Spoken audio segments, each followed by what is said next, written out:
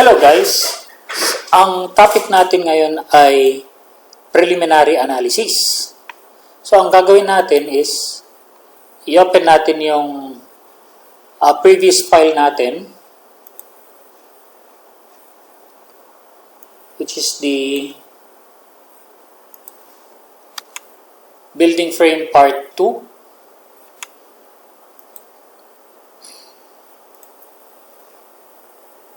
And then, save as natin siya. Save as building frame part 3.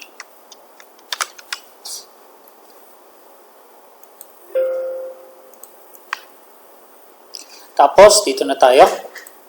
At command file editor,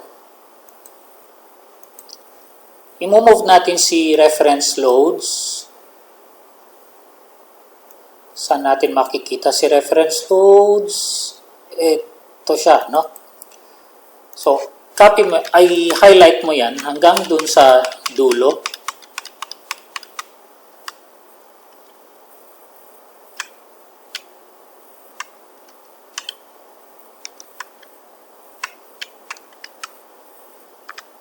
Yan. Hanggang makita mo yung and define the reference loads. So, Control X mo yan. And then, ipe-paste natin siya after member offset. So, nasan si member offset? Ayan. So, ito si member offset. Just after that, dito. Ayan. So, i-enter mo yan. Diyan mo siya ipe-paste. Control V. Okay, next is, check natin tong step number 2. Move floor diaphragm after reference loads. Ito na si floor diaphragm. So, automatic nandyan na siya immediately after reference loads. So, okay na yan. Ang explanation nito is center of mass is dependent on dead loads. Ngayon, si dead loads, kinompute ni STAAD yan dito sa given natin na reference loads. So, after that, mako-compute na niya yung center of mass based on this floor diaphragm. Kasi dati-rate, hindi siya nagko-compute ng center of mass kapag hindi ka nag-assign ng floor diaphragm. And then number 3, move defined wind load after floor diaphragm. So ito na si defined wind load. Actually, hindi na natin siya ginalaw kasi nandito na siya kagad after floor diaphragm. So, actually, ang ginawa lang natin dyan is yung step number 1. So, we save this and then run analysis.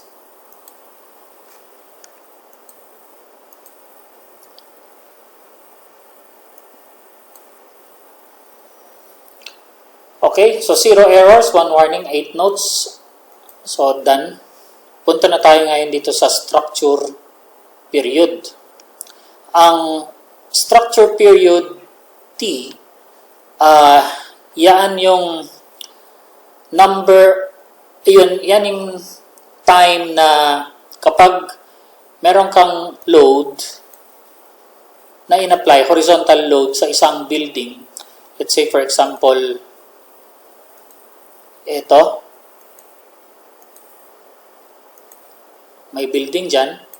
Tapos, nag-apply tayo ng lateral force. So, at time 0, in-apply mo yan, magbe-bend yung building ng in this direction. Okay? And then, pag palo ng building dyan sa point na yan, meron na siyang time. After which, babalik yung building sa original position and then, papalo siya sa kabilang direction and then, babalik na naman siya sa original position. Ang tawag dun ay 1 cycle.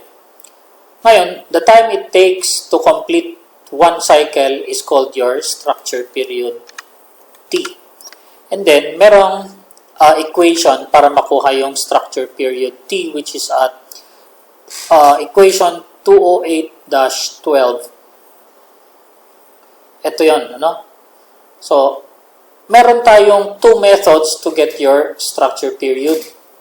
So, meron tayong method A tsaka method B. Sa method A, that is simply equal to T is equal to CT times HN raised to the 3/4. So, ang CT natin is equal to 0.0853. Nakuha natin yan dito sa parameters ng seismic. Ayan. Okay, and then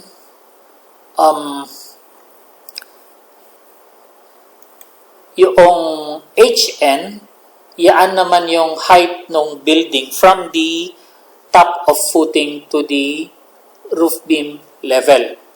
Okay, so yung height ng building natin ay 1.5 yung from top of footing to 1F plus 3, yan yung first floor height, plus 3 second floor height, plus 3, yan yung third floor height.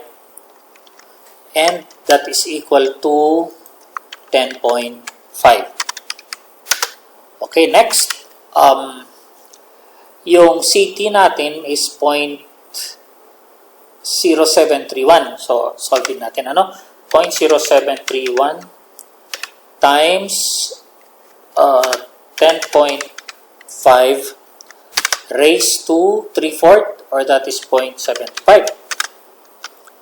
So, yan yung 0.426. So, that's how I got this number. And then, meron tayong condition at 208.5.2.3. So, eto siya. It says there the value of T used for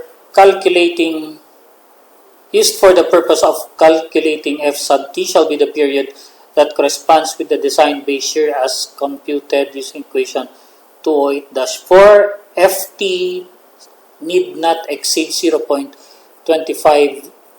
of V and may be considered as 0 where T is 0 or so less. Okay, so ayan. Kapag ang T mo ay 0.7 or less, ang FT natin would be equal to 0. Otherwise, kapag greater than 0.7, kukomputin mo ito. FT is equal to 0.07 T times V. Okay, so ang period natin ay less than 0.7, kaya ang FT natin ay equal to 0. Next, dito na tayo. Kukunin na natin yung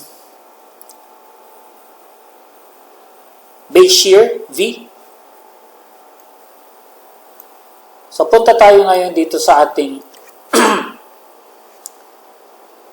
utilities, and then dito sa analysis output.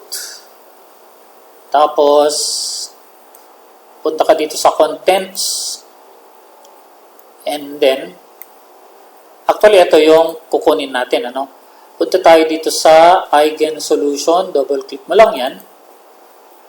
Then, scroll up mo. Yan. So, ito yung kailangan natin. So, snip mo lang yan. Then, paste it here.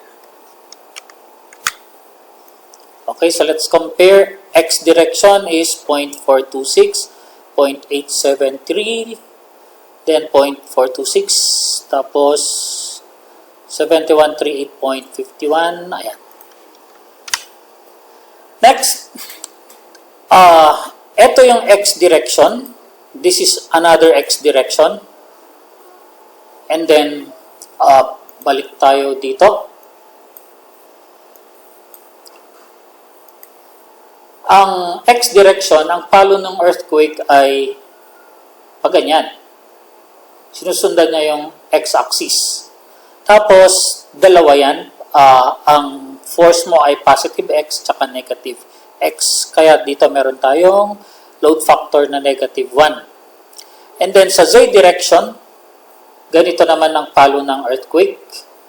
So meron tayong positive z tsaka negative z. Ngayon, ano ang significance ng mga numbers na yan? So, meron tayong T sub A, ito yung structured period na sinolve natin using 208.12. So, in all seismic directions, positive x, positive z, negative z, common yung T sub A or itong 0.426. And then, meron tayong T sub B.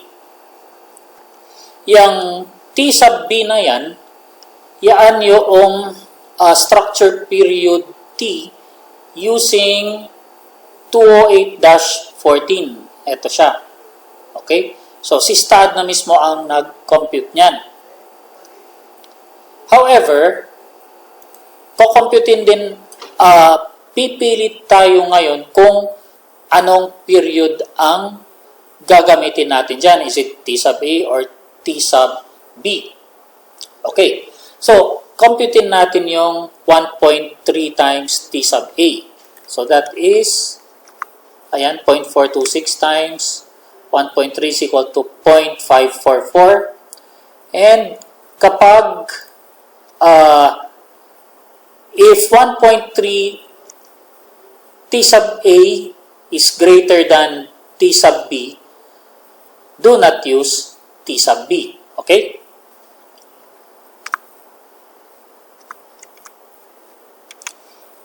Ito yan. The value of T from method B shall not exceed a value 30% greater than the value of T obtained from method A. So, i-multiply mo ng or dagdagan mo ng 30% itong 0.426. Ibig sabihin, hindi ka pwedeng mag-exceed dyan. So, kapag nag-exceed siya, hindi mo pwedeng gamitin itong T sub B. Okay. So, let's take this example. 130% of T sub A is 0.554. Ngayon, itong method B nag-exceed siya doon. So, therefore, we will not use this. So, kaya, ang gagamitin natin ay automatic itong T sub A na 0.426 from method A. So, in all cases, kukunin mo ngayon yung gagamitin nating structure period T. Okay? So, it so happened in all seismic directions, ang gagamitin nating TI 0.426. Ayan. Okay, next. Note that for higher stories 5 and up, method B is likely to be used. Siyempre, kapag tumataas ang building mo, tumataas din ang structure period T. And then, meron ding another solution to get the structure period T is using eigenvalue extraction method. So, to do that, punta tayo kay post-processing. And then, okay mo lang yan. Punta tayo kay results. Tapos, click natin si dynamic. Ayan.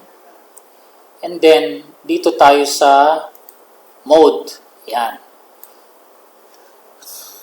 So, I will snip this. Usually, ang hahanapin natin dyan ay yung pinakamataas na participation sa X direction tsaka sa Z direction. Okay? Ngayon, ang participation, ang ibig sabihin niyan is yung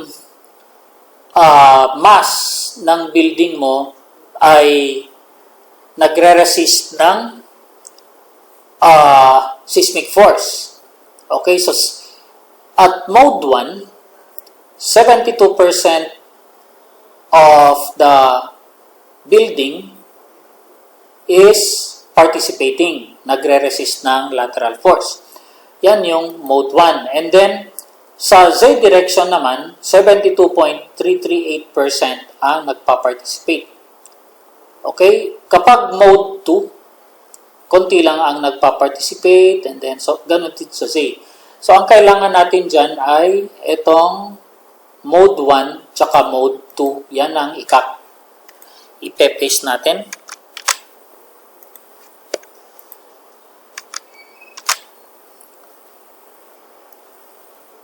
Ayan lang, yung dalawang yan. Then, dito natin siya ipe-paste. Okay. Ngayon, ano ang mga numbers na kukunin natin dyan?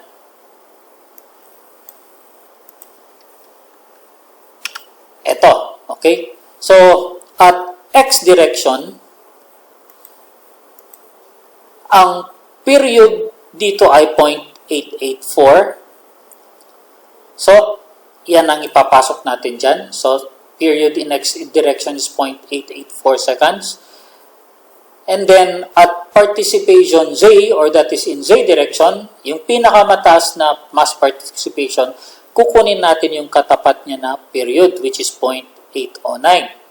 So, yan yung period in Z direction. So, remember na input values yung mga yan.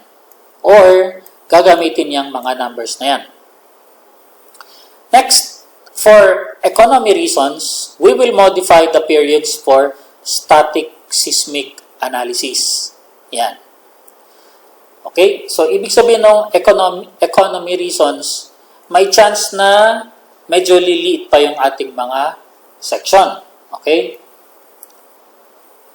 So, ibig sabihin nun, kapag lumiliit yung mga sections natin, kailangan lahat ng members ng building, kailangan lalabanan niya yung seismic force, di ba?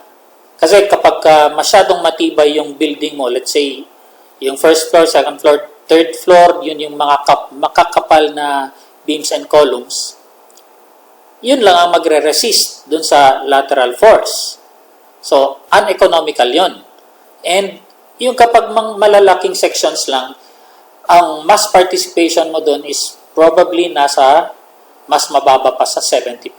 Yan. So, meron tayo dito for economy reasons. I-modify natin si period. Okay? So, ito ang i-input natin doon. Ngayon, punta na tayo kay analytical model. Punta tayo kay loading. Tapos, dito tayo kay definitions. Punta tayo kay seismic, double-click mo lang yan. Then, dito, double-click mo rin yan. Then, dito tayo ngayon mag-i-input. So, period in X direction, pasok natin dyan yung 0.884, tsaka dito yung 0.88809. Then, you click modify and then close. Tapos, run analysis.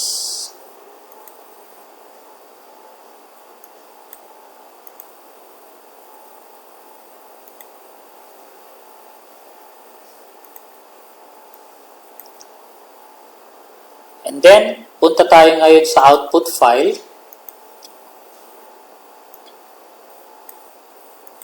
At, i-check ulit natin kung merong nagbago sa period. Okay, so that's 1. Kapag hindi nagbago yung, or malit lang yung difference ng period, meaning na-maintain yung T sub A, then okay na yun. Okay, so punta tayo ngayon dito sa contents, and then eigensolution. Scroll up mo lang ng konti. Then, X direction. Yan. So, yan ang kakopy natin. Then, paste it here.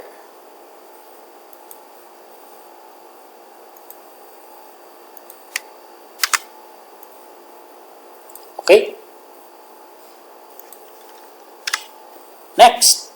So, ang TA natin dito ay 0.426 and then ang TB is 0.873. Take note na ang TA, structure period, using 208-12 or method A, hindi yan nagbabago.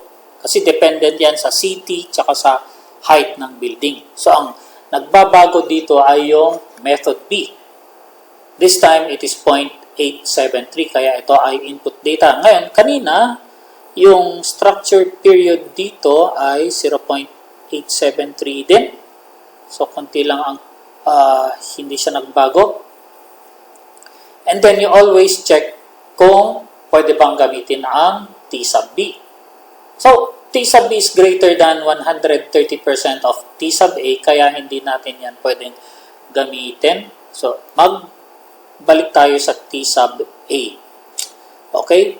And then, etong si STAAD, alam din niya kung ano ang gagamitin niyang structure period. Is it T sub 8 or T sub B?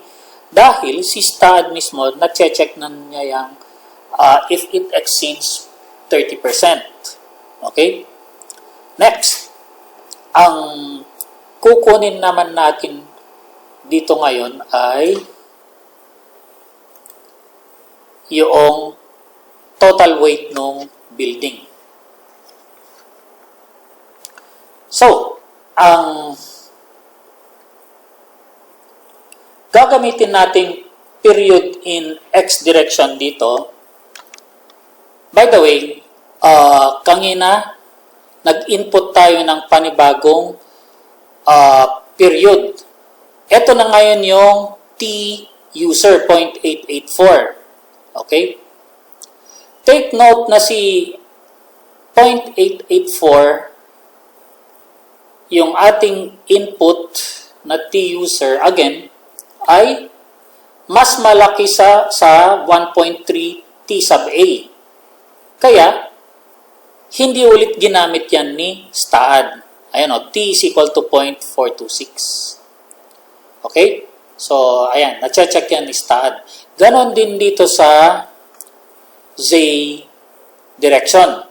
Ang T-user natin is 0.809. Galing yan dito. Ayan. Again, 0.809 is greater than 130% of T sub A. Kaya, hindi natin siya pwedeng gamitin. Kaya ang ginamit ni STAAD dito ay balik siya sa 0.426. Yan yung method A. So again, ilang method ang ginamit natin? Method A, method B, tsaka yung itong eigenvalue extraction method. Yung eigenvalue extraction method, yan yung T-user natin. Okay, next. In these two conditions, X direction seismic tsaka Z direction seismic, kukumpitin natin yung base shear. Okay? Ang base shear natin dito is based on the mass of the building. Ngayon, ang mass ng building mo is 7,138.51 newtons. Okay? Kilonewton, I mean.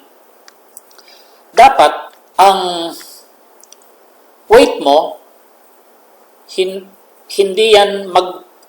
dapat yan magkaiba sa both directions. So, 7138 sa X, dapat 7138 din sa Z. Yan. Okay? Next.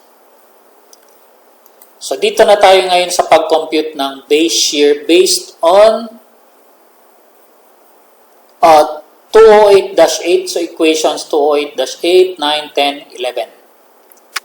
So, magpapasok tayo dito ngayon ng konting earthquake engineering. Okay? So, eto siya. So, from static force procedure and then the design base shear V.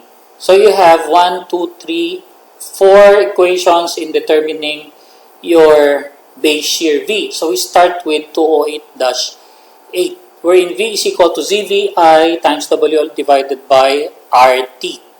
Ito yon, no? Yung CV, na-solve natin yan dito sa application of loads. Ito, 0.9472. Okay? Tapos, yung I, input dito yan, parameters. Tapos, yung W, yan yung nanggaling dito. Okay? 7138.51. Tapos, yung R, yan yung RWX at RWZ, yan yung parameters, ano? Sa seismic. And then, yung T, yan yung structure period T na 0.426. Okay? So, ang gagamitin natin dyan, itong 0.426.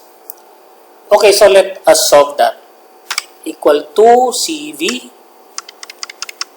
times I, ito, I, times W divided by, open parenthesis, yung R, RWX, times T na 0.426, and then close. Yan. So that's how I got 1867.33. That's the from equation 208-8. And then let's go to 208-9. Sa 208-9 naman, base shear V is 2.5 CAIW all over R, which is equal to 1053, and then 208-10, 0.11 CAIW, and finally 208-11, 0.8 J and VIW all over R. Ngayon, ano yung Z na yan? Yan. Yang Z, yan yung 0.4. Tapos yung NV naman, yan 1.48. Now let's look at 208-8. V is equal to 1867. Tapos, the total sa 208-9 naman, the total design base shear V need not exceed the following. So, yung following na yan, 208-9, 208-10, 208-11. So, i-compare natin itong nanggaling sa 208-8. Okay? Ngayon, take note that 1867.33 is greater than 1053.14. So, ibig sabihin, wag mong gagamitin yung 1867. So, meron tayong comment dito na design base shear is too large. Kaya, ang pagpipiliin natin ngayon ay etong tatlo, 208-9, 10, saka 208-11. Yan. 1, 2, 3. Okay, next. Dito naman sa 208-10, design base shear shall not be less than the following. So, 0.11, 393.7.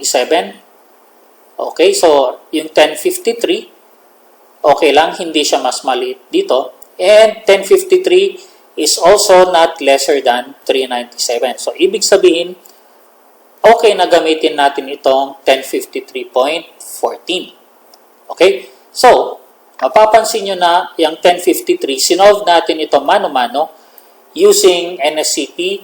Ngayon, dito kay STAAD, na-solve din niya yung 1053.14. Okay, so that's one method of checking your work. Kung tama yung mano-mano mo, tsaka tama rin yung kay STAAD.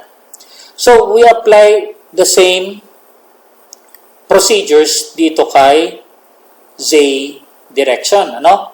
So, dapat dito kay Z direction, parehas na lalabas yung design base shear mo ay 1053.14. Ayan siya, no? So, 1053.14. Next, kukunin na natin ngayon yung static base shears. So, sinabi siyang static base shears kasi that is based on NSCP 208.5.2 static force procedure. Yan. Okay? Ngayon, etong static base shear mo, dalawa yan on the Z direction. Ngayon, saan ang galing yung Z direction? Galing yan dito. Tapos, static base shear mo, ang galing din yan sa dito kay X direction. Okay, so kapag magkaparehas yan, that means your analysis is okay. Pag hindi yan nag-iba, i-check mo ang iyong loads, i-check mo lahat. Next is, dito na tayo ngayon. Babalik tayo sa mass participation. Ano? Ang mass participation dito kanina, 72% lang. Sa Z, 72% din. Ngayon, ang kailangan ni code ay 90%. Minimum of 90% kailangan mag-participate ang buildings natin. Okay, ang number of modes ay yung sayaw ng building. Okay? So, maglagay tayo ng isang shape.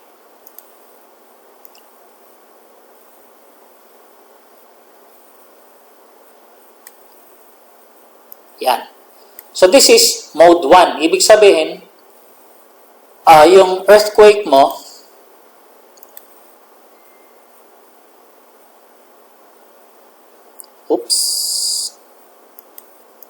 kapag pumalo yung earthquake ng ganyan, isang direction lang yung displacement. So, that is mode 1. Pero kapag yung building mo, ganito ng sayaw niya, something like that, ang tawag dyan ay mode 2. And then, kapag yung building mo, ang sayaw niya ay ganyan, ganun, tapos ganyan, meron ka ng mode 3. Yan, something like that.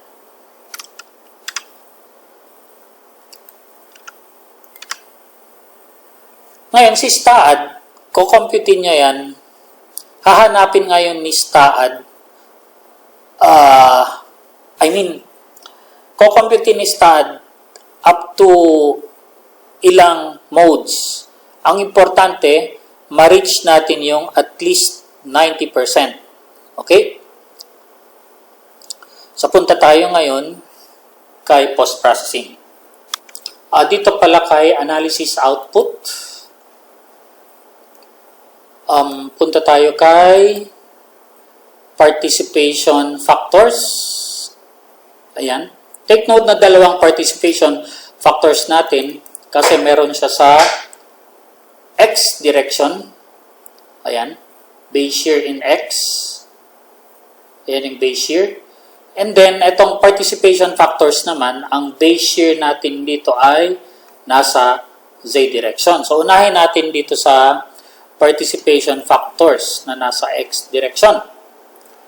Okay, ang kailangan natin dyan is, yan. So, mass participation in percent. Itong summation X ang kailangan natin, ano? So, ayan.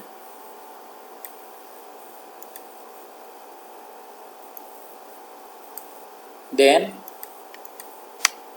paste ko dyan.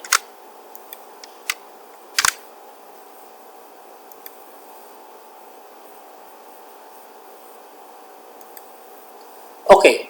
So, etong figure na yan, galing yan dito. No? Ngayon, ang kailangan natin dito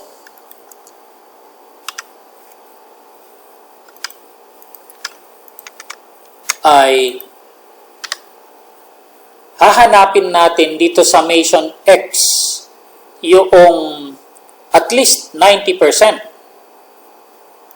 Okay? So at mode 20, take note, ito na yung mode 20, 88.029% ang nag-participate. So hindi na maximize yung structure.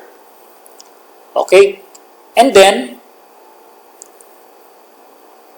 dito rin sa Z direction, ito sa summation Z, at mode 20, hindi pa rin niya nare-reach yung 90%. Kaya ang gagawin natin ngayon, yung cut-off mode shape na 20, okay, papalitan natin yan ng 50%.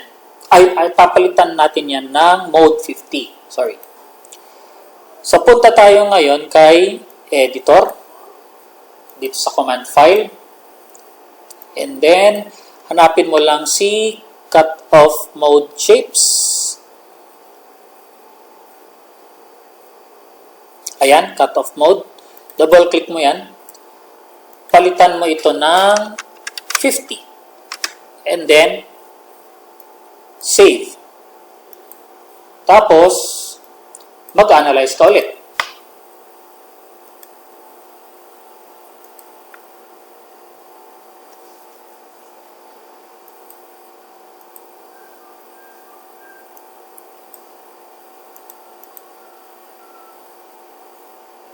Yan. And then, check natin. Punta tayo kay analysis output. So, balik ulit tayo kay contents dito sa mass participation factors. Double-click natin yan. So, eto siya. Ngayon, hindi lang siya up to 20. Umabot na siya ng hanggang 50 modes. Ngayon, you look at summation X. So, at mode 50, 99% na siya. So, ang kailangan lang natin dito ay at least 98%.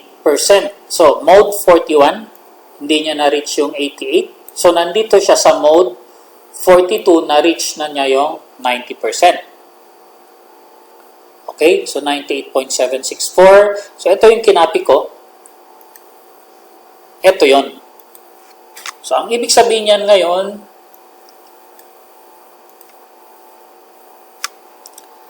at mode 42, ayan, at mode 42 in X direction, na-reach na niya yung 90%. Ngayon, kukunin mo ngayon yung shear, which is 678.69.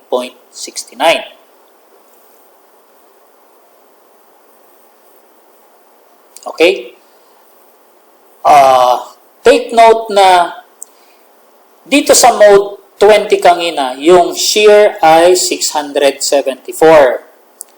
Pero, dito sa mode 42, ang shear natin ay 678.69. So, nag-increase lang ng konti. Yan ngayon yung tinatawag na dynamic base shear. Ngayon, bakit siya tinawag na dynamic? Take note na yung building natin, hindi na siya static. Siya ay dynamic na. Ibig sabihin, sumasayaw-sayaw na siya in both directions, positive and negative. Yung static kanina, in one direction lang yun. Okay, next. So, ayan, dynamic base shear X is 678.69.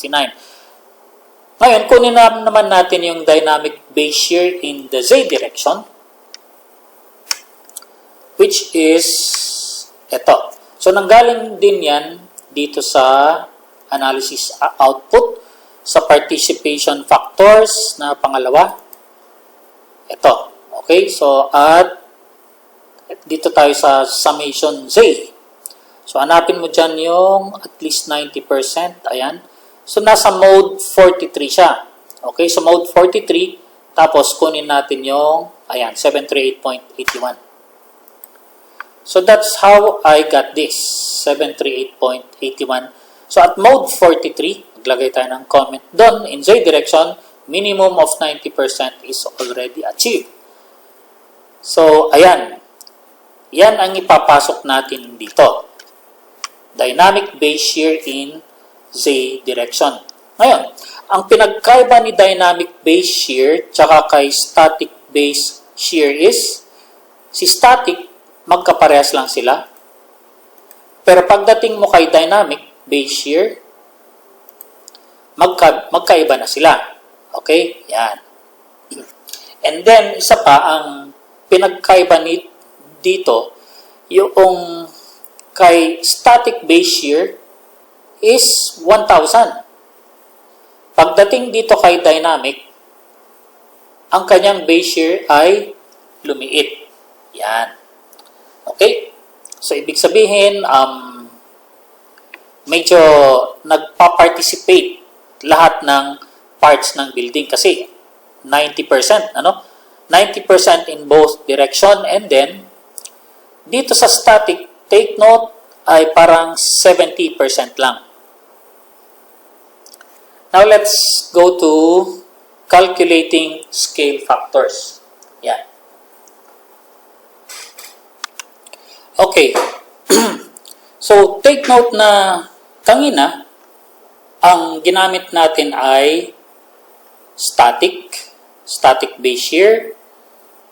Tapos, pumasok tayo ng dynamic base shear. Kaya, pupunta tayo kay 208.53.5.4, which is ito. Okay, so 208.5.3.5.4. So, ang provision niyan ay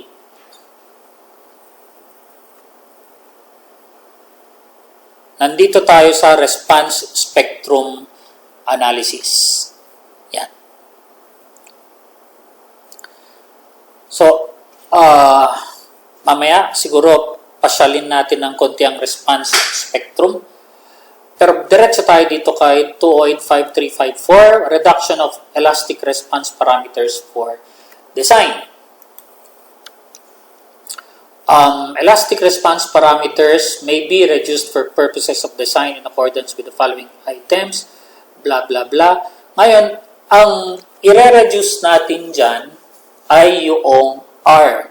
Take note na yung original na ginamit natin na R dito ay 8.5. Okay? Ito yon. Yan. RWZ. Ibig sabihin, yan yung kumbaga parang tibay ng building.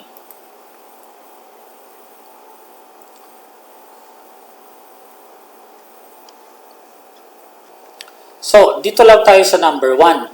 It says, therefore, all regular structures where the ground motion representation complies with 208.5.3.2, item 1, elastic response parameters may be reduced such that the corresponding design base shear is not less than 90% of the base shear determined in accordance with section 208.5.2. Ngayon, itong 208.5.2, ito yung static. Okay, so, i-multiply natin yan ng 90%. At yung dynamic base shear natin, hindi dapat bababa dito. So, in short, i-equate natin ngayon yung dynamic base shear natin, V, i-equate natin siya kay 90% ng static V. Okay? So, 0.9 static V is equal to this. Now, paano natin nakuha yan? Equal to 0.9 times, punta tayo dito kay static. Ayan. So, that's how I got my 947. Ganon din dito sa kay static base shear EX, multiplied mo rin siya ng 90%. So, parehas lang sila na 947. Next, scale factor na tayo. So, from this equation, okay, from that equation, 0.9 V static EJ is equal to 947 is equal to dynamic V dynamic. Okay? Which is equal to, ito yon, V dynamic equal to 738. Ngayon, that is equal to, let's say, meron tayong X multiplied by 738.81. Yan. So, from there, mako-compute natin si scale factor X. So, ang scale factor natin is si X. Kunya-kunyari, ano? And that scale factor X now is equal to 947.826 divided by 738.81. Yan. So, 1.28291. So, that's how I got my scale factor for RSZ na 1.2829. Okay, next. Paano natin i-relate yung scale factor X kay R? Ngayon, yung R natin, papalitan natin si R, yan yung overstrength factor RWX tsaka RWZ. I-relate natin yung bagong R dito kay scale factor. Okay? So, ang final scale factor, let's say SF is equal to the quantity 1 all over R multiplied by X times X. Okay? Ngayon, ganito siya. So that is equal to 1 divided by, take note, ang ating R is equal to 8.5. Dito tayo, no? 1 divided by 8.5 multiplied by scale factor for RSZ, ayan yung 1.282. So, i-multiply natin dyan is equal to 0.15093. So, that's how I got this number. Ngayon, ganon din sa kabila. Okay, so that is equal to 1 divided by 8.5 multiplied by 1.3965. Yeah. So that's how I got 0.1643. Ngayon, tatanungin nyo, paano kaya nakuha itong 1.3965? Okay, so that is simply equal to this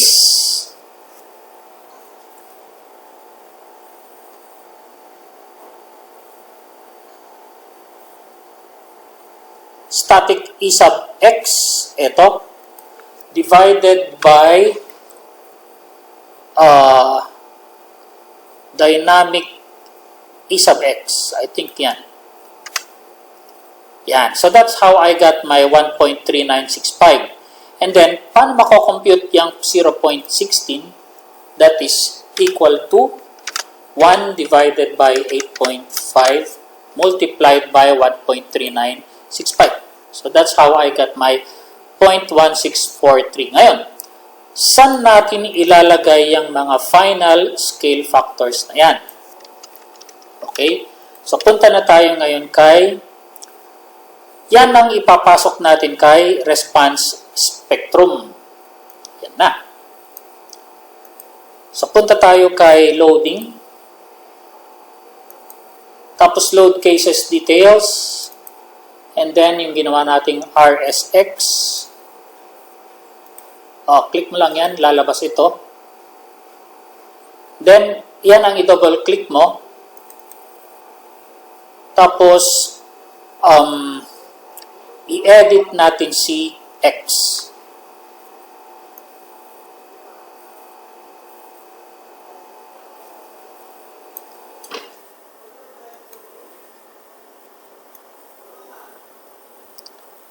So, ang X natin ay 0.1643003. Ito yun, ano? Ngayon, saan nanggaling itong 0.11765? Yan yung 1 divided by 8.5. Yan yon. Pero, since in-apply natin ng scale factor, nagbago siya. Okay? So, i-edit natin tong x magiging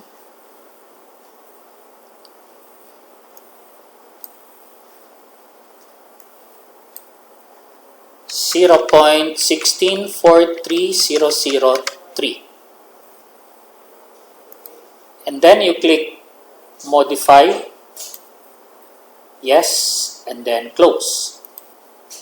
Tapos, ganon din kay Z. Dito tayo. So, i-click mo lang yan. Then, you click this. Double click. Yan. Ang i-edit naman natin dito ay itong Z. Again, yung 0.11 yan yung 1 all over 8.5. Papalitan natin yan ngayon ng 0.15093005. Okay, 0.15093005. You click modify and then close. Okay, so save your work once in a while. And then, mag-check na tayo ng building irregularities. Okay. Ano itong mga building irregularities na yan?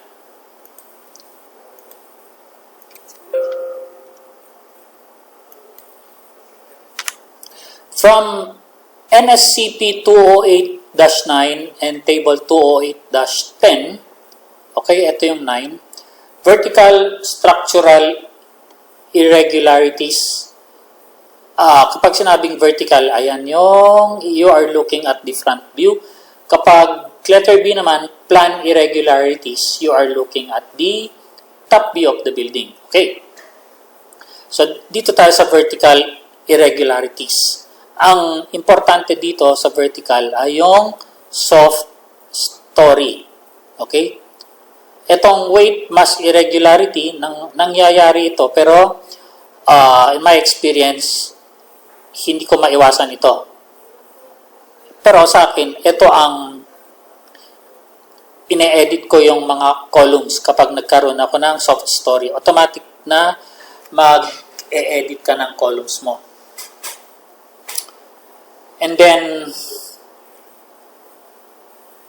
okay, stiffness irregularity soft story happens when the soft story is one in which the lateral stiffness is less than 70% of that in the story above or less than 80% of the average stiffness of the 3 stories above. So, ang ibig sabihin yan, kapag yung columns mo sa baba ay payat.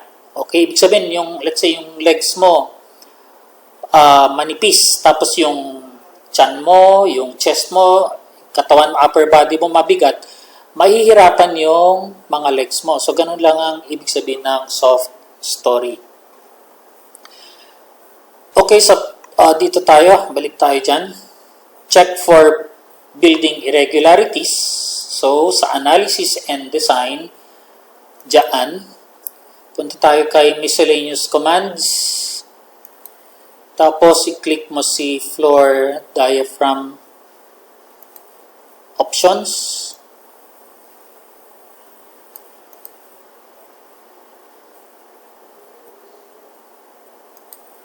Ito. And then, ang ating code ay ASE7. Tapos, i-check mo si soft story, tsaka si check irregularities. Then, i-press OK. And then, at editor, punta tayo kay editor.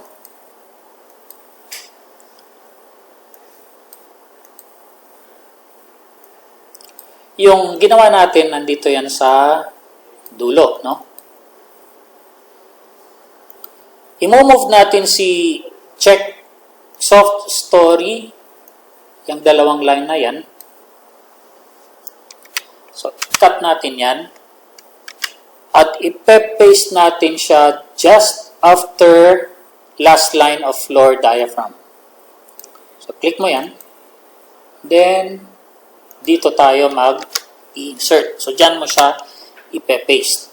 Okay? So, ganyan ang output ang ginawa natin, no?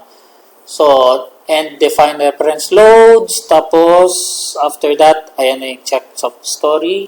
Yan. By the way, dito sa floor diaphragm, ika-copy ko na yan. Copy. Paste ko lang dyan. Tapos, gagawin ko itong remarks. Kasi kung minsan, bigla na lang nag-e-edit si STAAD without your knowledge, tinatanggal niya tong mga diaphragms. Tapos, kapag nawala yung diaphragms, bigla na lang mag-e-error yung analysis mo nang hindi mo alam. Isang suspect yan. Yan. Tatanggalin niya yung diaphragm. So, that's the reason na naglalagay ako dito ng backup. So, if in case natanggal yan, okay, natanggal yan, ganyan, ginagawa niya yan, ipe-paste ko lang ito. Okay? So, save your work, and then close.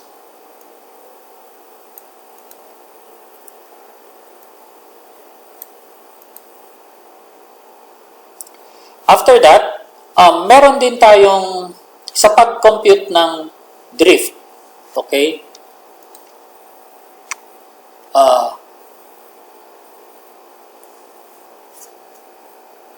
Yung pag-compute ng drift, nandito rin yan sa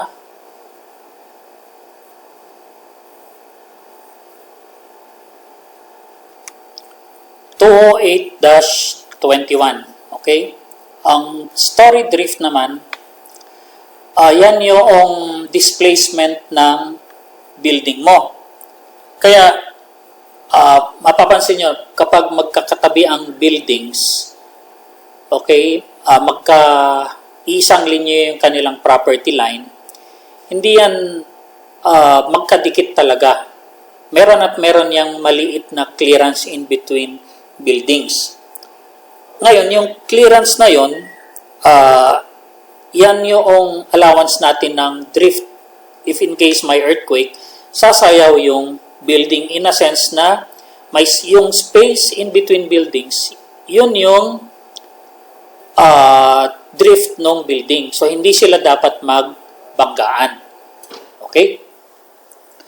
And then, 208-21 states that the drift is equal to 0.7 times R times delta S. Okay. Ito yon. Yan yung maximum drift. And then, 208.6.5.1 states that calculated story drift using delta M shall not exceed 0.25 times the story height for structures having a fundamental period of less than 0.7 seconds. For structures having a fundamental period of 0.7 seconds or greater, the calculated story drift shall not exceed 0.02 times the story height. Okay? So, 0.025 times story height. Ayan. So, i-equate natin ito sa 0.025H. Ibig sabihin, hindi siya pwedeng mag-exceed dyan. Ngayon, yung 0.025, that is equal to H all over 40. If yung structure period T natin ay less than 0.7 seconds. Ayan. However, kapag nag-exceed ka ng 0.7 seconds, then ang maximum story drift mo ay 0.02 times story height. Ayan. So, 0.02 times story height if your structure period is greater than 0.7 seconds. Ngayon, yung 0.02 na yan, that is equal to H all over 50. Yan. Okay, ang gagamitin nating T dito, yung 0.426. Yung method A. Okay? Yan yung maximum T natin. Therefore, ang T natin ay less than 0.7 seconds, kaya ang gagamitin natin ay H all over 40. This condition. And then, ang R natin is 8.5. So, ang maximum drift natin using this equation ay 0.7 times 8.5 times delta S. Okay? Is equal to H all over 40. Ngayon, yung delta S na yan, yan yung allowable drift. So, from this equation, our allowable drift now is equal to H all over 40 multiplied that by 0.7 times R. Okay, so let us compute. Okay, so equal to 1 divided by 40. Tapos, divided by 0.7 times 8.5 is equal to 0.0042. Yan yung allowable drift factor na delta S. So that's how I got my 0.0042. Ngayon, yan ang imumultiply mo sa story height H. At ito rin ang ipapasok natin kay STAAD. Okay, next. So, ipasok na natin ito kay STAAD.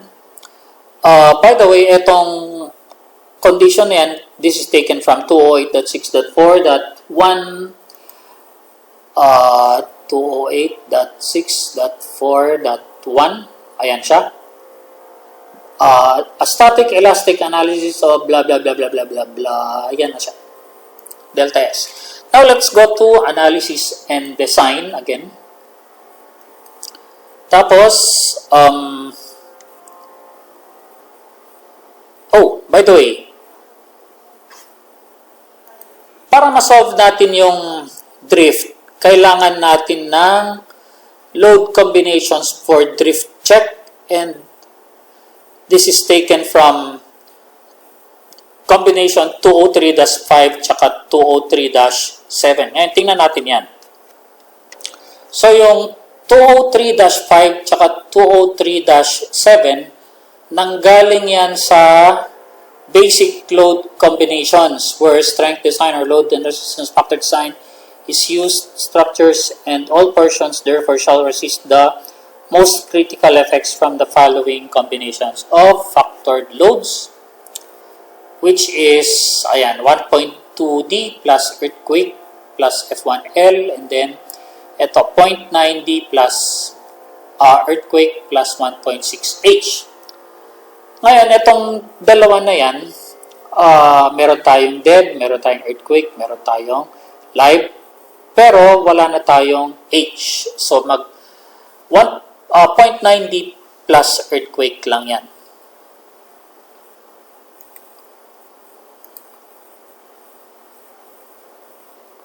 Okay? So, ito yon.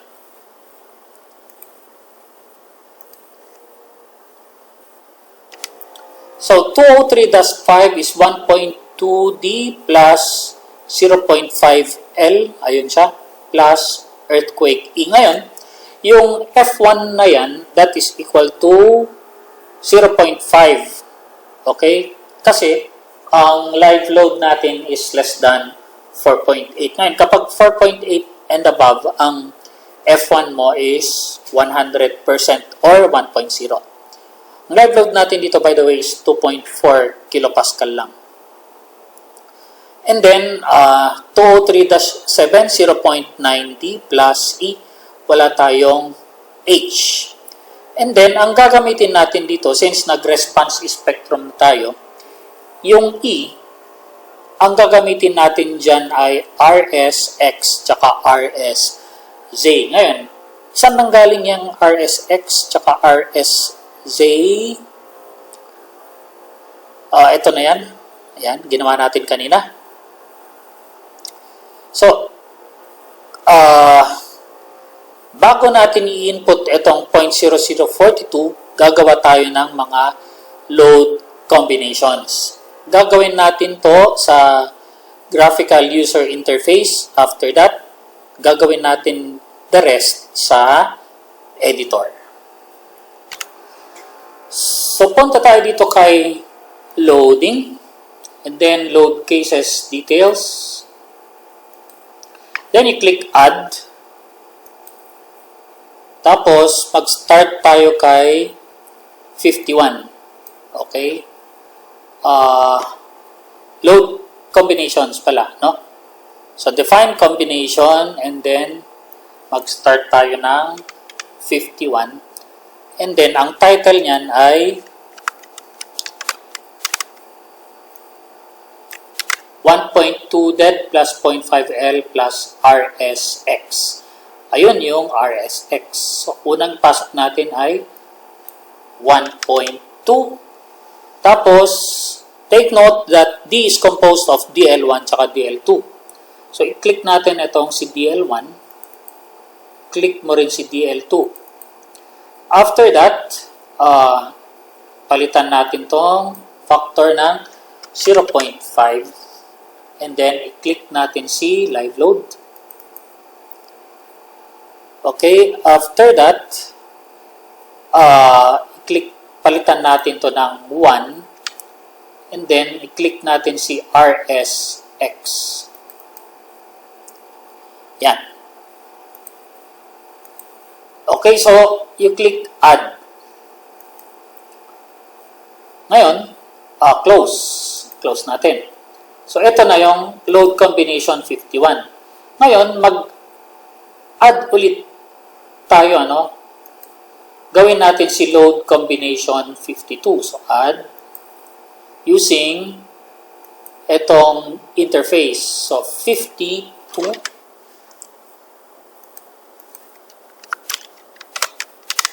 Paste na, type ko dyan. And then, 1.2. DL1 tsaka DL2. Tapos, 0.5 nung live load. And then, 1 nung RSC. Then, add. Then, close. Tapos, etong 53 to 58, gagawin na natin sa editor. Okay.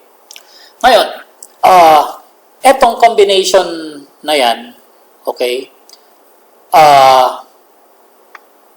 inulit natin to or nag-replicate siya ng 4 na beses. Kasi, sa x direction, meron tayong positive x, meron din tayong negative x. Meron tayong positive say at meron ding negative say. So in short, kino-consider mo yung earthquake in 4 directions. Ngayon, basta may earthquake, take note na 4 na directions yan. Take note, hindi pa natin kino-consider dito ang orthogonality effects. Drift pa lang ito. So sa point 9D, 203-7, again, magre-replicate siya ng 4 na beses. Okay, so ang nagawa natin ay 51 tsaka 52 pa lang. Gagawin na natin ngayon yan sa editor. So dito sa command file, punta tayo kay load combination 52. Click mo lang yan.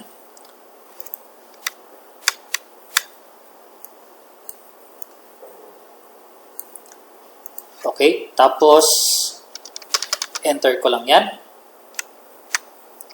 Let's say, copy ko to. Then, paste. Ngayon, palitan ko to na. Enter ko lang yan, ano? So, this will become 53, tapos ito 54. Ngayon, si load combination 53 is negative RSX. Tapos si load combination 54 negative RSZ. Ngayon, anong pinalitan natin dyan? Ito lang, 1.0. Okay? Palitan mo yan ng negative 1. Ito, palitan mo rin ito ng negative 1. Take note, yung number 8 na yan, that is load 8. Okay? Which is your RSX. Tapos yung number 9, yan yung load case number 9, which is RSZ. Ito ngayon yung direction, negative. Ayan, negative. Next. So, gawin naman natin itong load combination 55. Okay? So, dito, ang mangyayari dyan, magiging, oops, caps lock ko lang. So, this becomes now load comb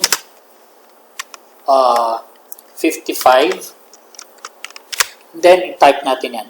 So, 0.9D plus RSX. Let's say, copy ko yan. 55, 56, 57, 58. 56, 57, and then 58.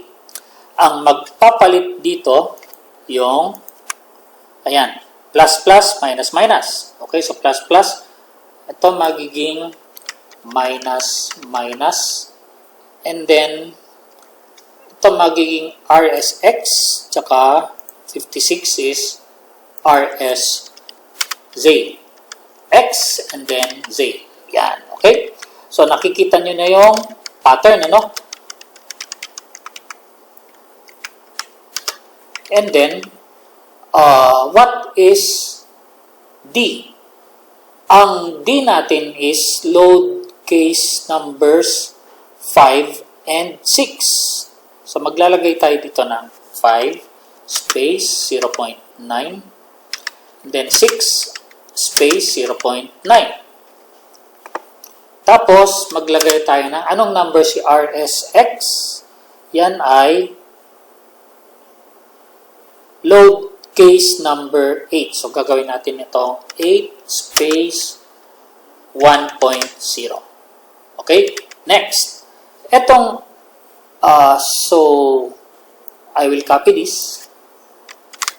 Then, paste, paste, paste. Since pare-pares lang naman yan na point D. Next.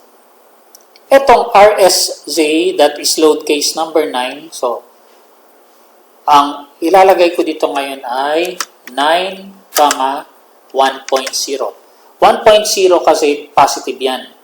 Okay, so dito, lagay ko na si 8 space negative 1.0. Then dito naman, magiging 9 tsaka negative 1.0. Okay, so that is load combination 58. And then, tanggalin ko na yan. Dito, pwede tayong maglagay ng 51 asterisk, and then this is load comb for drift. Ayan. Then, save your work.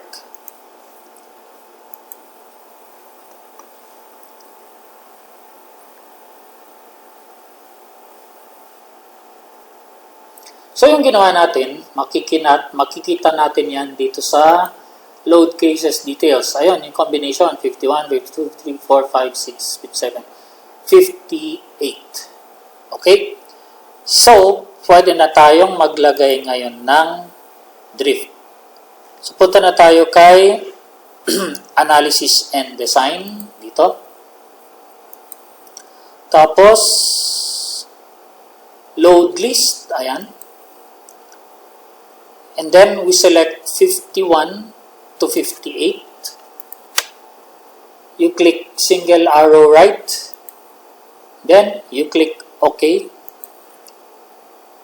Tapos, balik tayo kay Analysis and Design. Ayan. Then, post-analysis commands dito. Then, you click define commands.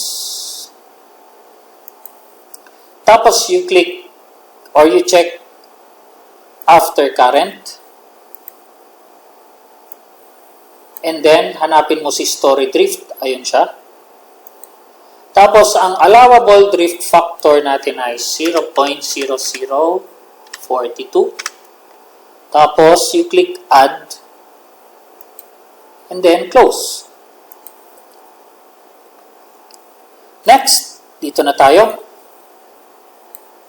Analysis and design again.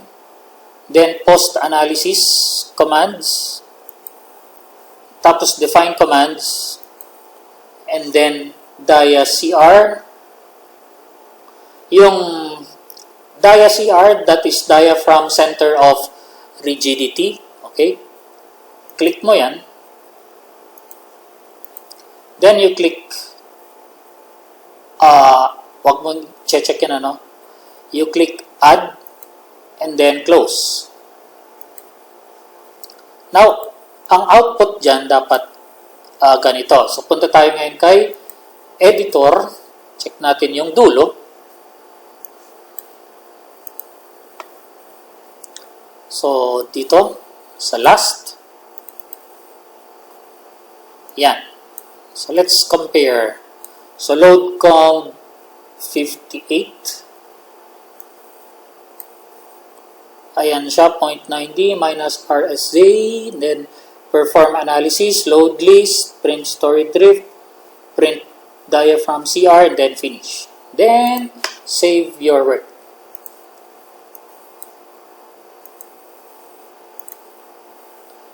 After that, mag-run analysis na tayo.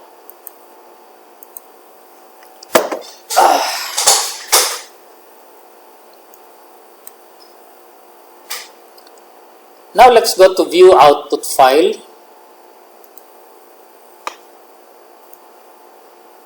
Tapos, dito tayo sa contents. Ang una nating i-check ay yung si soft story. Okay? Dito siya. I-click mo lang yan sa contents. Click mo si soft story check. Tapos, kapag nakita mong okay lahat yan, that means okay na. Ngayon,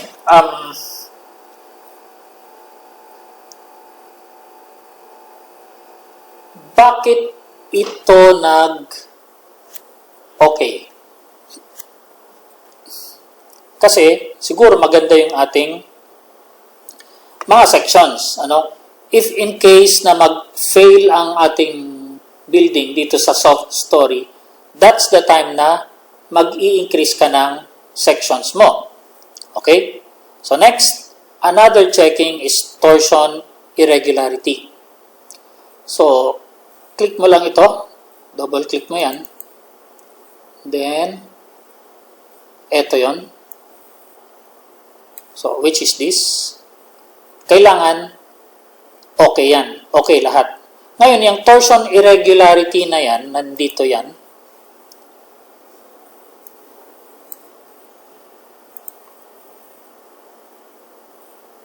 Ito, okay? It says there na torsional irregularity shall be considered to exist when the maximum story drift, ayan, computed including accidental torsion at one end to an axis is more than 1.2 times the average of the story drifts of the two ends of the structure. Ayan, average delta 1 plus delta 2 all over 2. Then multiply mo yan ng 1.2 or dagdagan mo ng 20%. Okay, mangyayari yan kapag yung delta 1 mo is greater than the average. So, si STAAD, na-check na rin niya yan. Okay? So, since hindi siya nag-exceed, so okay lang siya. Okay, so next is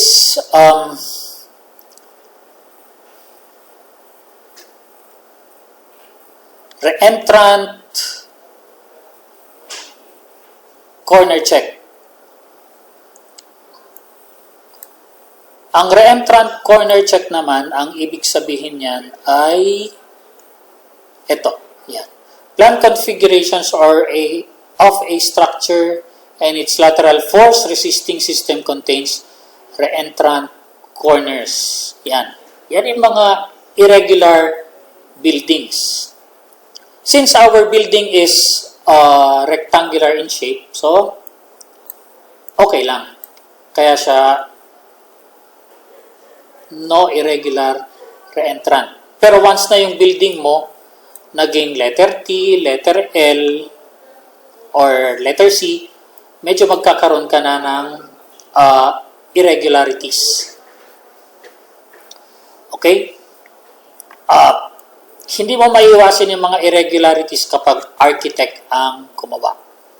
Next, punta na tayo kay mass irregularity check. So, dito siya.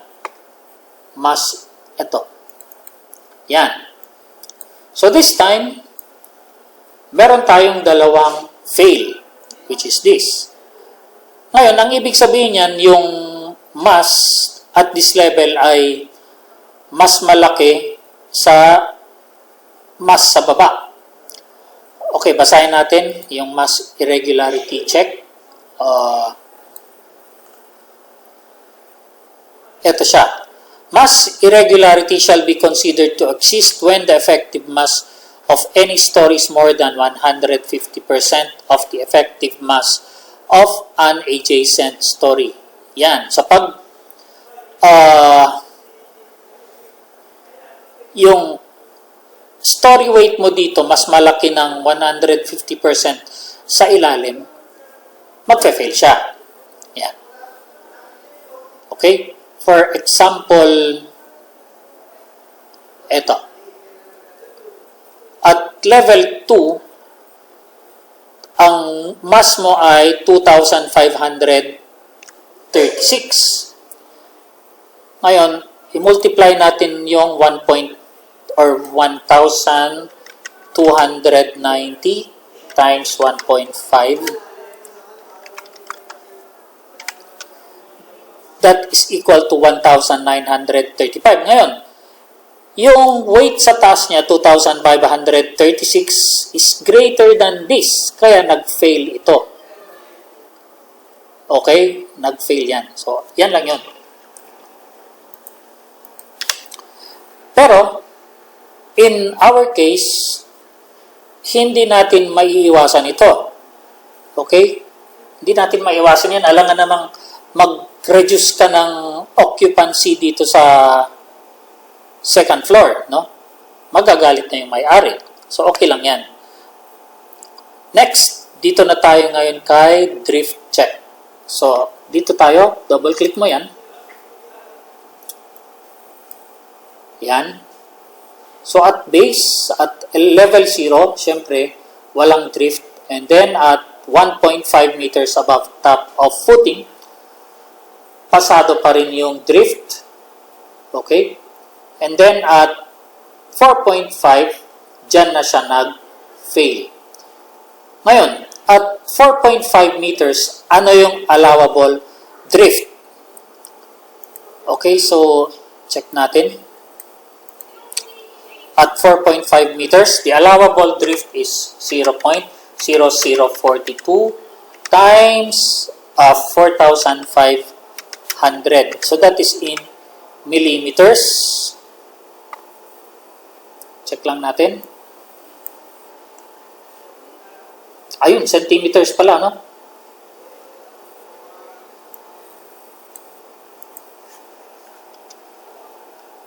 So 0.0042 times 450. Ayan, so 1.89.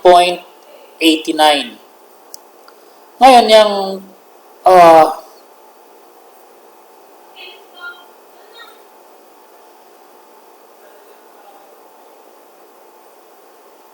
1.89.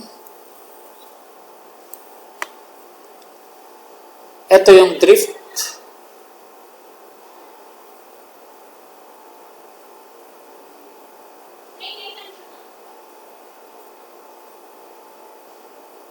Fail siya, oh.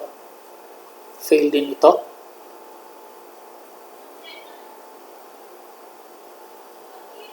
Ayun, L all over 238. So what is L? 4.5 divided by 238. Wait lang. So 450 divided by 238. 1.89 din. Anyway, kailangan ipapas natin lahat yan. So, dito ako ngayon concerned. Kapag nag-fail sa drift, kailangan magpalit tayo. So, dito tayo ngayon magpa-perform ng revisions. Okay, sa first revision, ang gagawin ko, instead na 3,000 PSI concrete, gagamit tayo ng mas matigas na concrete, or that is 3,500 PSI concrete. Okay, so that is 3.5 times 6.9, 24.15 megapascal. Yan. So, yan ang 24131. Yan yun. So, punta tayo ngayon kay editor. Magpapalit tayo ng properties. So, dito kay define material, nandyan si properties. And elasticity magiging 2.30883. Tsaka yung strength na FCU, papalitan natin yan ng 131.7. Ngayon, yung elasticity na 2.3088, saan natin nakuha yan? Sa reinforced concrete design, okay, that is equal to 4,700 times square root of 24.1317 is equal to 23088. Ayan yun. Okay? Ngayon, ang unit nito ay Newton per millimeter. Kaya raised to the 7. So, next. So, ibig sabihin yan, ay yung concrete natin mas matigas. So, we will now analyze. Since tumigas yung ating concrete, dapat yung drift natin liliit din. So, we will now analyze.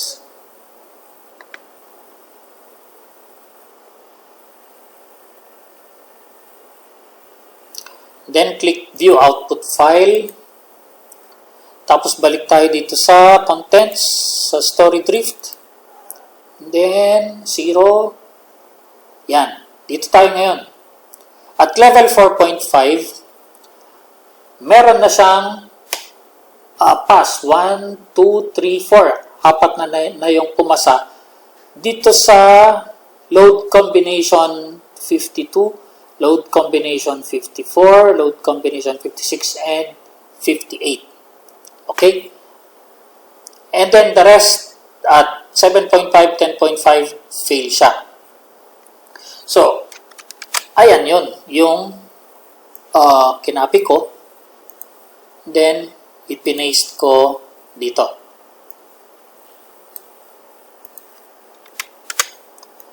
Okay? So, yan yun. Ayan o, 1.2520. Ayan siya. Tapos, dito 1.4052.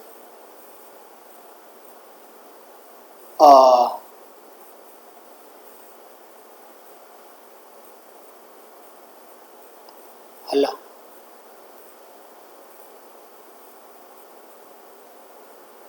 Ay, sorry. Ito pala.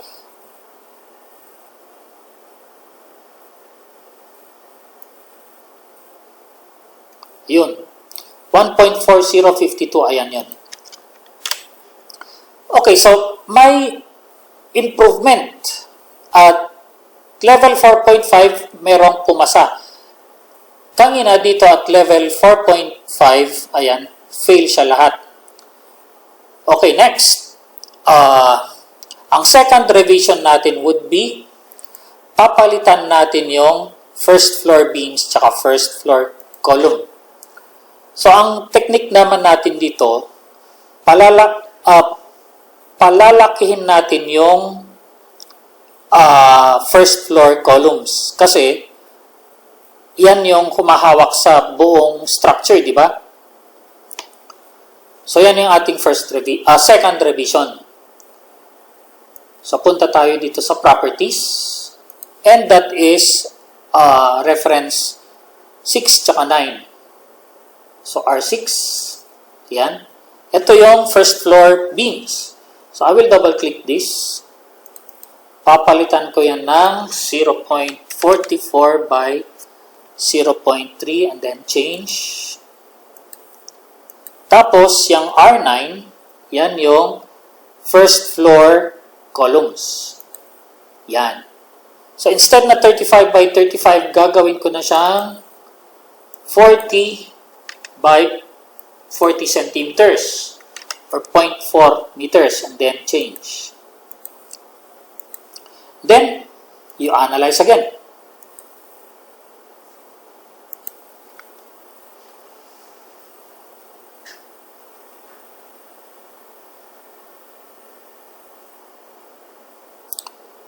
Dapat zero errors yan. Now, let's look at the output file. Punta tayo dito kay contents sa StoryDrift. Dapat at level 4.5. Ayun. So, pasado na lahat yung at level 4.5. Ngayon, nag-fail siya dito sa third floor tsaka sa roof level. Which is, kapag eto ngayon yung kinapi ko, yan na lang yung fail. Tapos,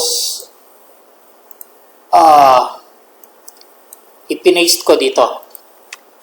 So, after performing this revision, ang nag-fail na lang, ito, level 7.5 tsaka 10.5. Yan. Okay? So, next. Ang third revision natin is itong members are reference 4, which is the stringer beams, tapos 5, yung second floor beams, and then 8.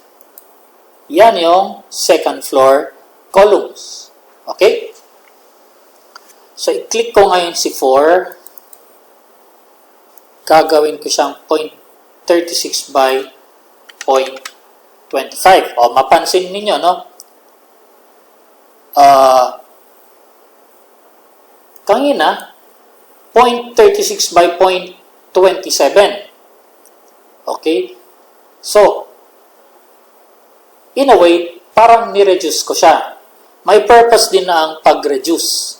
Kapag nag-reduce ka ng section, medyo lumiliit din yung mass or yung weight. O, siyempre, pag lumiit din yung weight, lilit din yung displacement mo kahit paano, ano? So, I will change now. Tapos, yung 5 naman, double click. So, that is 0.43 by 0.3. Okay? And then, finally, itong 8, gagawin ko siyang 0.38 by 0.38 and then change. Tapos, analyze again.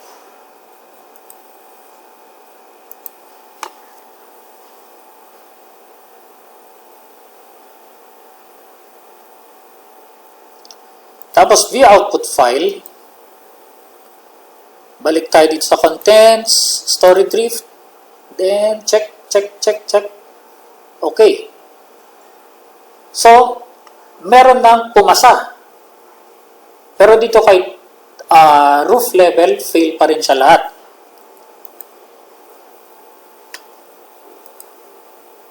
So, after applying this revision, meron pa rin tayong fail. Ngayon, gumawa tayo ng fourth revision. Okay? So, sa fourth revision, sa properties, palitan natin si number 3. Yan naman yung third floor. And that is 0.38 by 0.25. So, change. Tsaka, si R7, yan yung third floor column. Gawin na natin tong 0.3 by 0.3. Then, change. So, mapansin nyo na ang aking revisions, may technique yan. So, nag-start ako sa baba, then sumunod sa second floor, sumunod sa third floor, ganon. Hanggang sa mag-save lahat sa drift. Okay, so let's analyze again.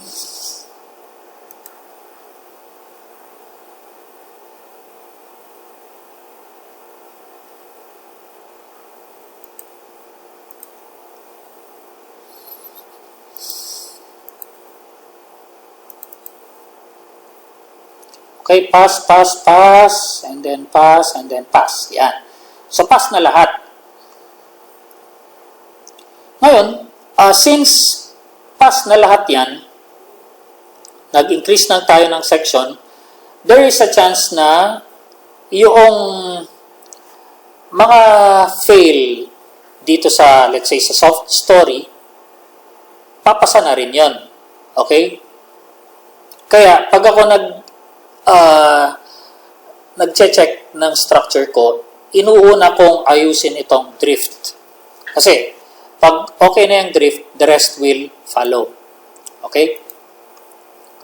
So,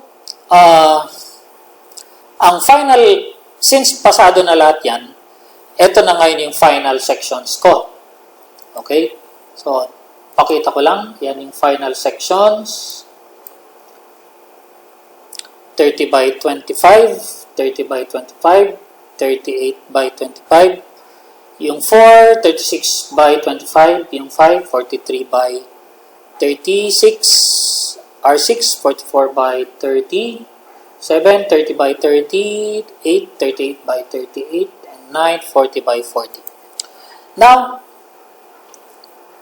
isa-save natin yung file.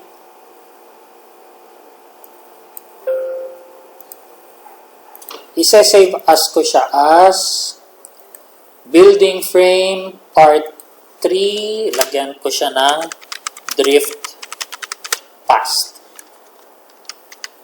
Okay? Then, save.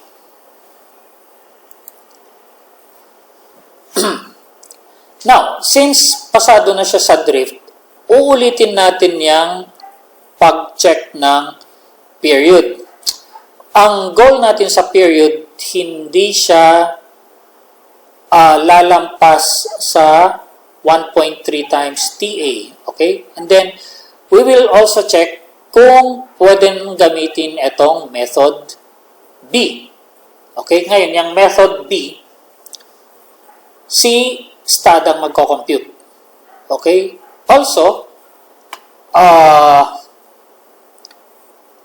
hindi nagbago yung in-input natin kanina na user. Yung T-user galing to sa dynamic base shear.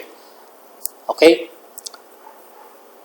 So, punta tayo ngayon dito kay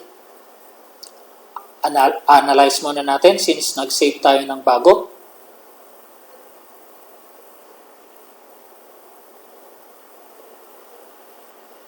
Then, punta tayo kay output. Punta tayo dito sa eigensolution and then scroll up mo lang. Okay? Yan. Snip lang natin yan. Then, paste it here.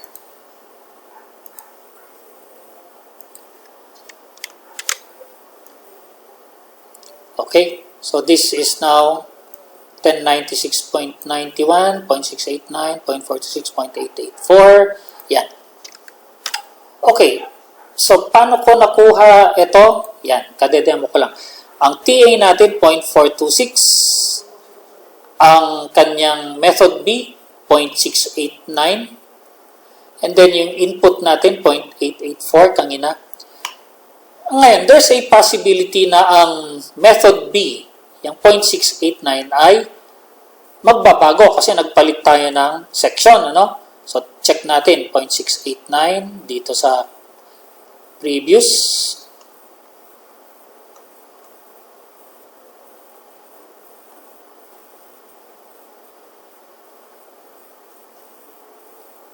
Oh, ayun, oh, see? 0.873.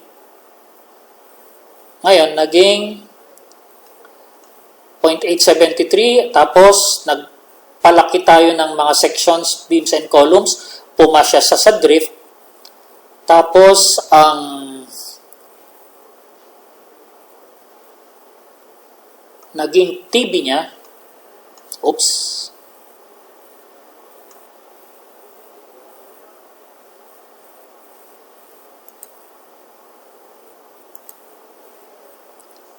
naging 0.689. Okay? Ngayon, anong implication nun? Kanina, mas mataas, 0.8, tapos naging 0.6. Since ngayon, nagpalit tayo ng section, pinakapal natin, yung kanyang period, mas mabilis na. Ibig sabihin, mas tumigas ng konti yung ating building since naglaki tayo ng section. And then, are we allowed to use 0.689? Yes or no? No, kasi mas malakas, mas mataas pa rin siya sa 1.3 T sub A na 0.554. Therefore, hindi natin gagamitin si T sub B, babalik tayo dito kay T sub A. So, the same principle applies to all the remaining three directions. Next, check din natin ngayon yung mass participation using eigenvalue extraction. So, balik tayo dito. Sa post-processing. And then, sa beam, sa reactions, ay sa dynamics. Ayan. So, snip ko lang ito. Ang kailangan natin dyan, yung 74, tsaka ito. Then paste it here. Yan. So, 74.013 ang kanyang period, 0.697. Sa mode 2, 74.393, ang period niya ay 0.633. Okay. Ngayon, papalitan ulit natin yung period, 0.697. Ito. Tsaka 0.633, that is the period in Z direction. So, balik tayo dito kay analytical model. Punta tayo kay loading. And then, dito sa definitions, punta tayo dito kay, ayan, double click mo lang yan. Papalitan natin si period in X ng 0.697. Tapos, palitan natin si Z ng 0.633. Then, you click Modify. Okay? So, yan. Ito yon. And then, you run analysis again.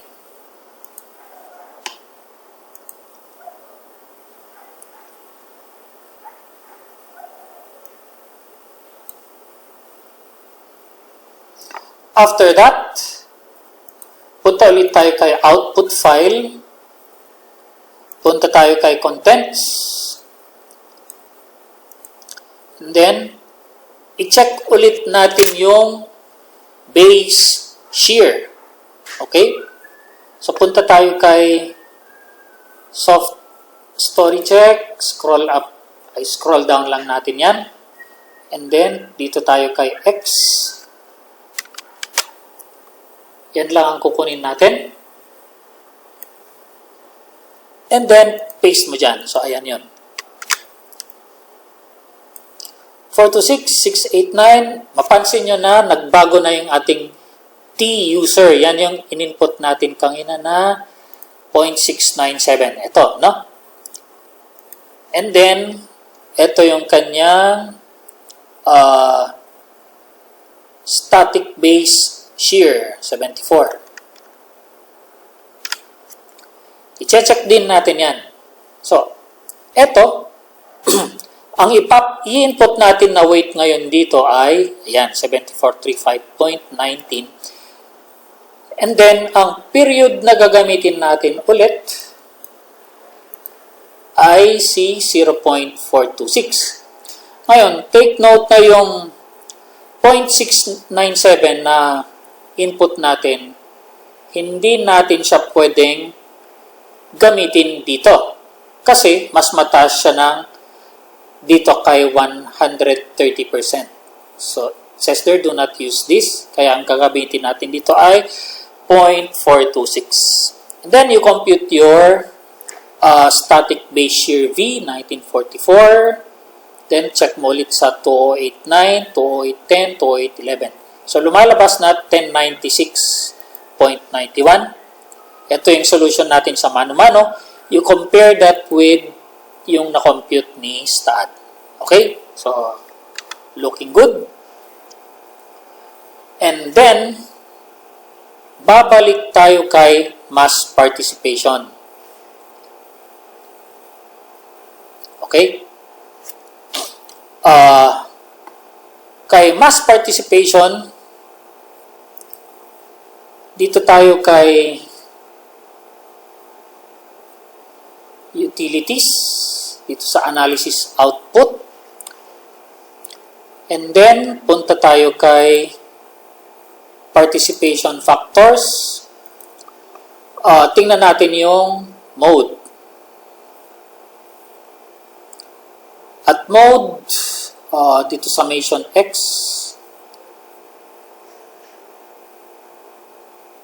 ayan, mapapansin nyo dito ay mode 42, 98.891. Okay? So, mapapansin nyo na at mode 47 and then at mode 50, meron ka ng 99.83%. Dito, ang kailangan natin yung mode 42, which is this, 98.891%, tsaka yung 1142.71. Yan ang kailangan natin. Yan, which is this. Next, dito naman sa participation factors, kailangan natin dyan yung weight, dynamic shear, which is equal to 1064.10, which is eto. Yan yung dynamic base shear sa Z direction. Again, i-recompute mo yung scale factors, magpapalit ulit tayo dito sa response spectrum. So, balik tayo kay loading. And then, RSZ. Click mo lang yan. Papalitan natin yung 0.109147. Then you click modify. Close. Tapos, ito namang RSX.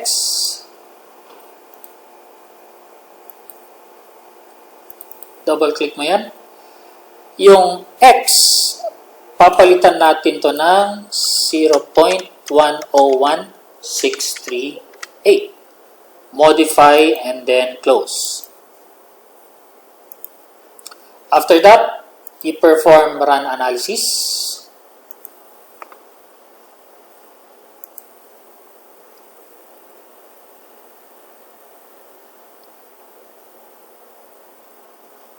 Then done. And then, check natin ulit sa utilities, analysis output.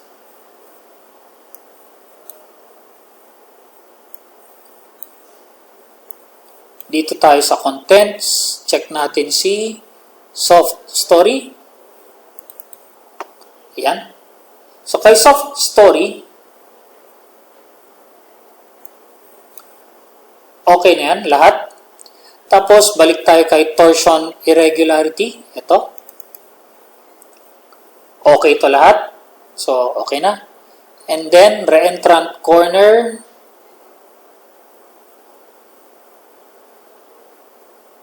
Ito.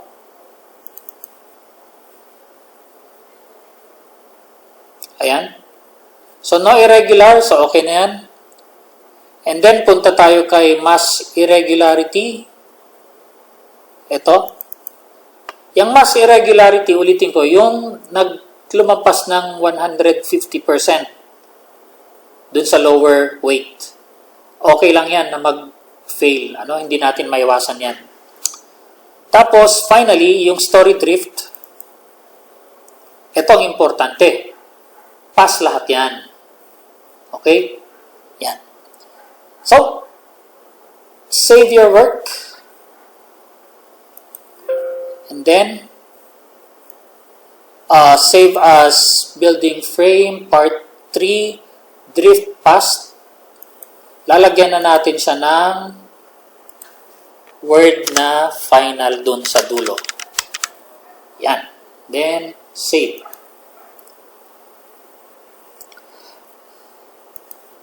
Okay, ngayon, ang next na gagawin natin ay i-prove natin na mas dominant ang seismic or yung RSX, RSA sa wind. Dahil magko-compute tayo ng wind loads or i-extract natin yung mga wind forces. So that will be on my next lecture. Okay guys, so thank you for listening for now.